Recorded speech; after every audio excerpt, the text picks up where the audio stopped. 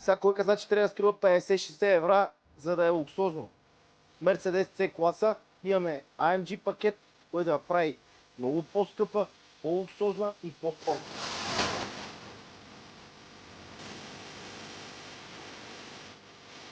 Бивата е 2016, 2002 CDI, 170 коня.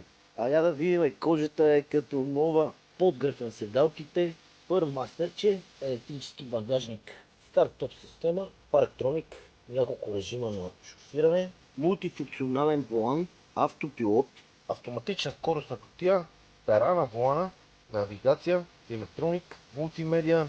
оригинална джанта на Mercedes AMG 18, много хубави гуми.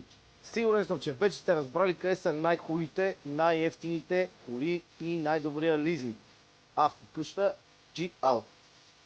Срещу 30% 3900 евро идваш и спираш да гледаш, почваш да караш.